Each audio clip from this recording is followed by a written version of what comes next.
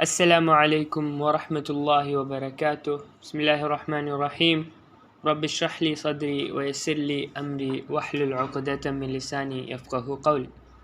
In our life, unexpected things happen. A lot of it does happen. When unexpected events come across, it's a fact you'll be affected by or you'll be disturbed by it. Such events, does also even mentally weaken some people. Not only that, it also gives a reason for them to slither off the path to wrong ways. But having or remembering the concepts and the content conveyed within the Holy Quran will also give us the ability to be steadfast in such scenarios or in such situations. The stories of the prophets, their sufferings that we studied or we came to know about, not only did give us the knowledge about it, but also gave us some relief and faith to withstand any circumstances that we face in this dunya. It also helped us strengthen our Iman. And there's no doubt that we can make our life comfortable and peaceful on our own. And we can make our life comfortable and peaceful provided that if at all such unexpected situations we are able to remember the Quranic verses, the content that it tries to teach us and abide by it. And the Holy Quran beautifully narrates us to the story of the Prophet Yusuf alayhi salam, which many of us may know, may not know. And learning about it verse by verse, understanding them will only bring light within us, keeping it in our thoughts at all times. And so the important factor or important fact that we have to realize is that not everything which we wish is what actually happens or what will happen or what indeed happens. And also is that what happens wouldn't always be what we had planned to happen. But we can decide or plan on anything. But whatever we planned or whatever we decided to have for such thing to happen is definitely or indeed it's not something that is in our hands. It may happen, it may not happen, but it may happen as well, but we cannot persist that we wished it should or it must definitely happen, because the actual what happens is all by the decision of the one who solely has the authority of over us, the one above us, our creator, Al Khaliq. Because no one can block whatever he had already decided to happen. Had he decided, is it written, irrespective of even if the entire world is against it, it will obviously happen. It will definitely will happen. And so when we plan something that is also so trivial, we should also keep in our mind that it will not happen the way we had decided, but it will happen, it will definitely happen, be the way it happens will be the way he had already decided upon. Hence, had even if the plan had failed, what would have been your mentality or what should your mentality be? It shouldn't be like, why did my plan fail? I had a made proper plan. I actually did make a proper plan, but it actually didn't go my way. Instead, that shouldn't be what your mentality should be. Instead, it should be, that was his decision. It was Allah subhanahu wa ta'ala's decision. He had already decided, it happened, which I perceive as is good for me. There should be something good already, present within it, but we may not know whether until we realize to after days or something. Oh, that happened, just because that happened that day, I'm saved, I'm lucky that actually happened to me. What I had planned that day, that didn't happen, but something else happened. Even if that was something that saddened you or made you happy for a while, I'm glad that it happened. It's something that you will realize after, when many other circumstances you come across or many other situations you go through. And you might, for example, you might even have started a business with bullish expectations, and you added a lot of great investment within. But there are chances that it can be shut down or wound up after falling into a debt trap. Maybe after a week, maybe after a month. Who knows? Allah subhanahu wa ta'ala only knows. So, if you may ask why does it happen? Allah says, Wallahu ghalibun ala amri. And Allah is predominant over his affair. Whatever he decides, it will happen. Not beyond it, neither less of it. In Surah Ra'd, verse 41, Allah says, Wallahu yahkumu la mu'aqqiba li hukmih wa huwa sari'ul hisab. And Allah decides. There's no adjuster of His decision. And He is swift in account. He decides. So once He decides, no one can actually affect it by any means. And He says He is swift in account. He'll do the judgment quickly. The same content He reveals in another verse. Innama amruhu idha arada shay'an an yaqula lahu kun fayakun. Had He decided on something or intended on something, kun, happen, if He says, and fayakun, it will happen. Throughout our life so far, a lot of distasteful and unexpected things must have happened, isn't it? Not everyone's life is going to be, with bullish expectations. Not everyone's life will be going in that manner. And about which whatever happened so far, we would still be thinking about it. We'll continue to think about it. We ain't gonna forget it. Neither is it also going to leave off our thoughts. And we keep questioning why did it even happen to me? But understand that it wasn't actually a mistake in your planning or in our planning for sure. It was a decision of Allah subhanahu wa ta'ala, and it will have some good within it. But what good is it? We may not know right now or at that moment. And it's revealed to us while narrating the story of Prophet Yusuf in Surah Yusuf, verse 21. وَقَالَ الَّذِي اشْتَرَاهُ مِن مِصْرَ. Those who found and saved him took him off to Egypt. Basically talking about Prophet Yusuf. And the people who found and saved him from the well, they sold him off to slavery as a slave trade. But that wasn't how he was brought up. Was he brought up as a slave? No. He grew up in the palace in happiness. Akrimi mathwa. And what did the owner say? Meaning the person who bought him as a slave, he said, prepare for him a good place to stay, a comfortable one. Asa an yanfa'ana aw nattakhidahu walada. Maybe we can take care of him as a son, and we might benefit from it.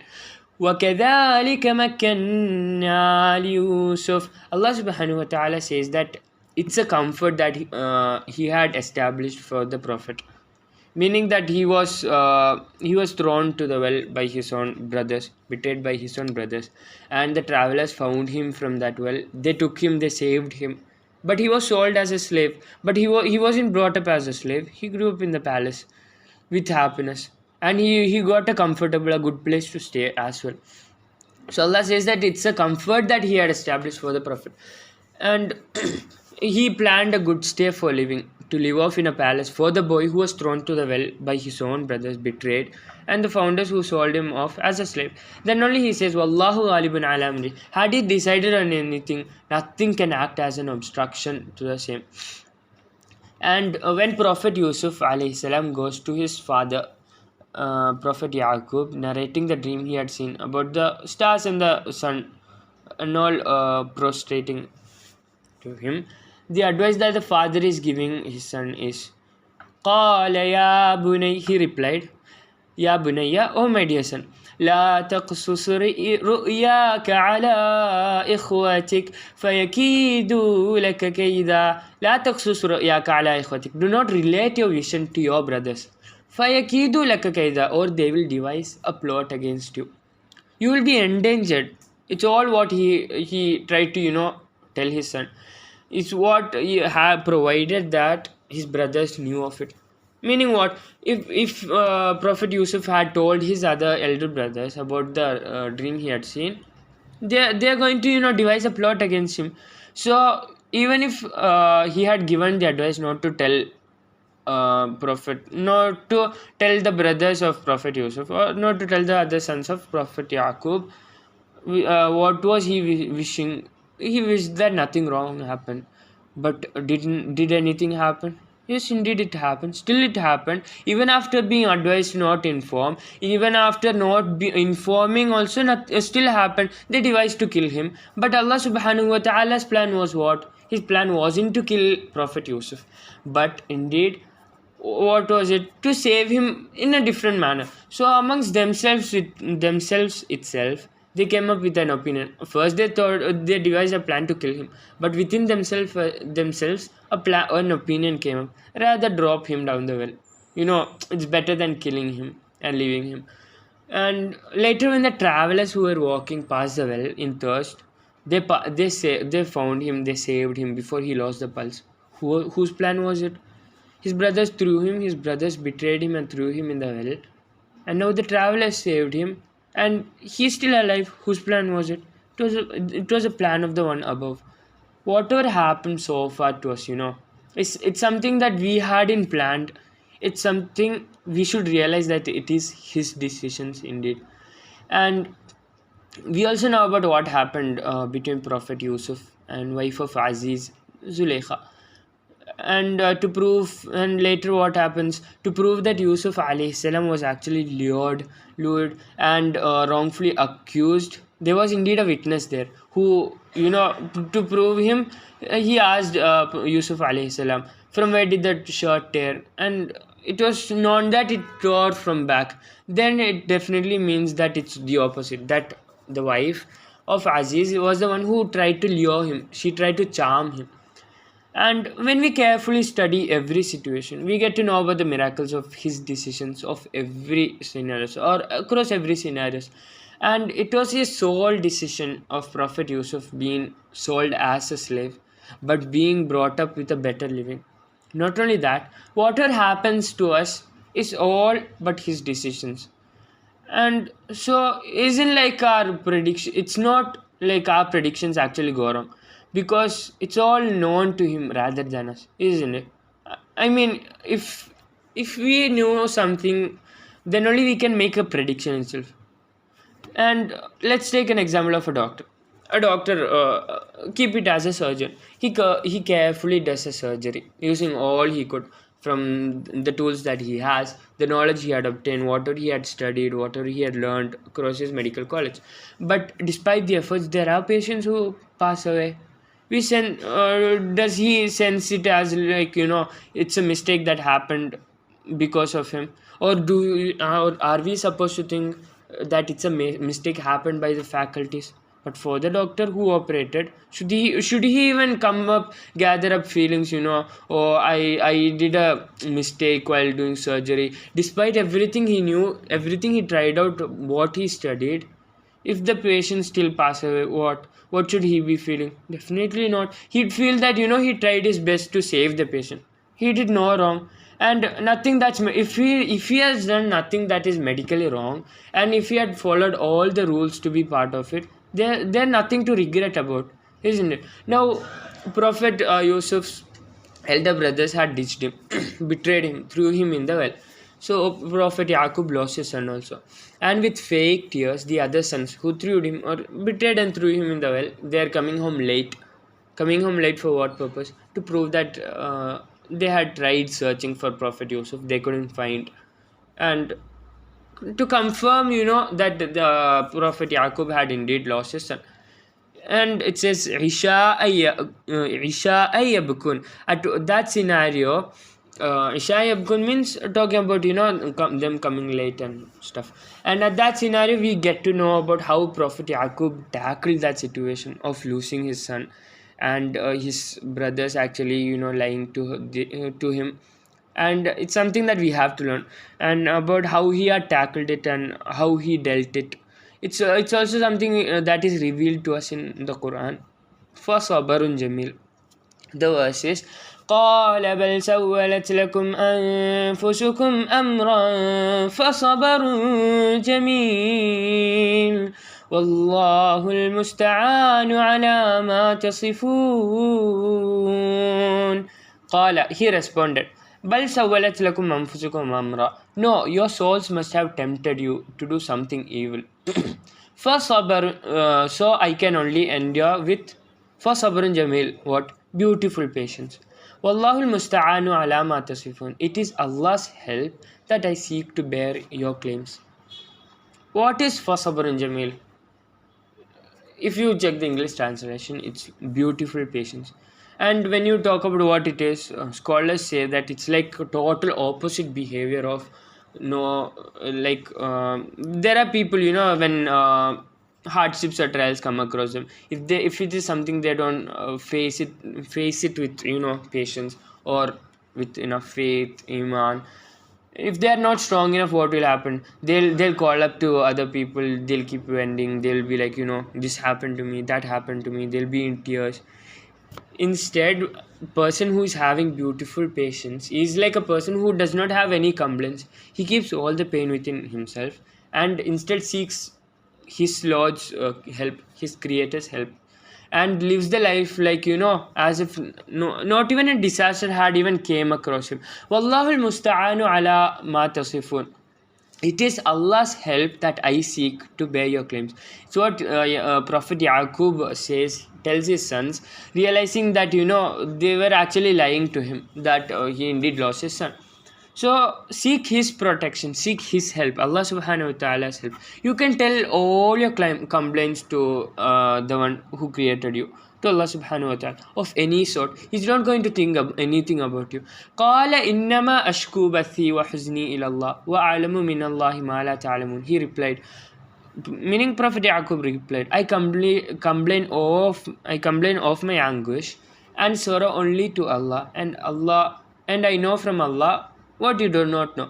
قال إنما أشكو بثي وحزني إلى الله وأعلم من الله ما لا تعلمون.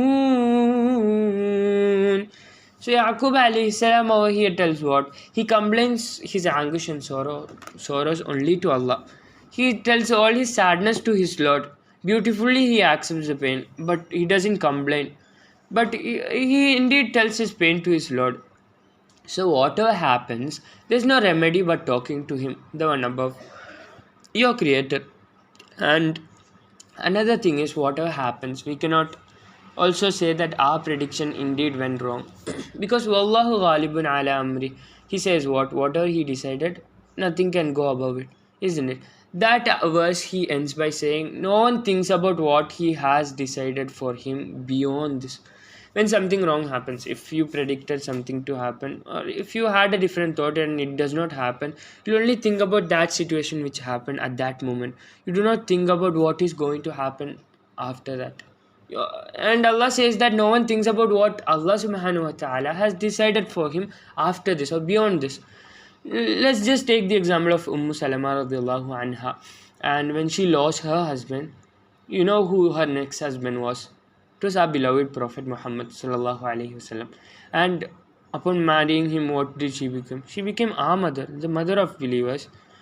And so when our thoughts and plans doesn't indeed happen in reality, don't take it in that manner, like something negative upon us, or we had planned properly, never even happened.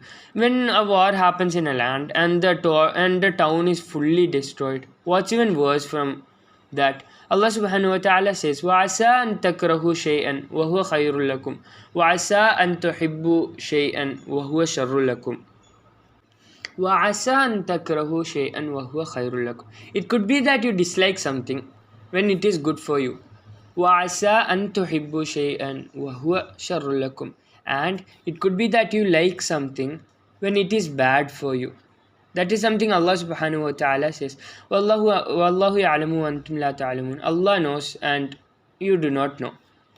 And that is what he ends the ayah with. You might not know, but he knows. Wallahu ya'lamu wa antum la ta'lamun. So what should be our way, Scholars say go along with the decision, go along with his decision. What Allah subhanahu wa ta'ala had decided, beautifully accept it, live upon it. But happily accept it and live upon it. You can, whether it's something that does not make you happy at that moment or not. It's an important thing that we have to do. Happily accept it, live upon it. Yaqub alayhi salam had faced a lot of trials. He knew how to deal with it also. He didn't think revolting. Instead of revolting against it, he chose to think in favor. We know about him saying that he shared his sorrows with his Lord. The ayah which is قَالَ إِنَّمَا أَشْكُو بَثِّي وَحُزْنِي إِلَى اللَّهِ وَأَعْلَمُ مِنَ اللَّهِ مَا لَا تَعْلَمُونَ. And I know from Allah what you do not know. Whatever you all don't know, I have known. It's something that Yaqub alayhi salam is telling his sons. Allah has told me that my son will not leave me. I'll get him back. It's a huge hope that he had. Whatever trials and hardships you face, hoping that a better thing is awaiting you sooner or later. That hope, it's something that you must always have. Sometimes when you talk to people, they might also act negative, but when you talk to such people about making certain things right, they'll also talk about those things not happening in reality. How do they actually know? Are they the ones who created the human beings? No, they are not. The one who created all of us is the one who decides whether it will happen or not. And but it's necessary that you must have hope over everything. Imagine what we wish didn't actually happen. In fact, what's your loss? Did you lose anything? No. This Allah says that there is no loss for the believers, because don't we think that all that happens is something that is going to impact us, or is going to have an impact to us on our way to Jannah? Or what is your destination? Jannah. Something that is going to have a positive impact to it. Isn't that something we believe? أولئك يجزون الغرفة بما صبروا ويلقون فيها تحية وسلاما. Allah talks about the believers He is rewarding. Why does they get rewarded? Because they were patient. They had sabr. Bima Sabaru. Why do they get the awards and Jannah? Because they were ready to be patient for whatever Allah had kept in front of them, whatever they had to face. It's a lesson that we all have to study about, or we have to face it. May Allah subhanahu wa ta'ala give us that beautiful patience, Sabrun Jamil, and let our fears off and make us steadfast in Tawheed and not go off track or even come close to shirk. Mean, now when we check about the lunar calendar, this calendar, we see that in inshallah in 60-65 days we are going to come upon Ramadan, and the dua we are going to study or come across today is Allahumma ballighna Ramadan. Oh Allah, what does it say? Oh Allah, let us reach Ramadan. It's a prayer, it's a dua you can say at all times. And may Allah subhanahu wa ta'ala let us reach Ramadan and help us gain more rewards and do everything we can so that our destination indeed is Jannatul Firdaus.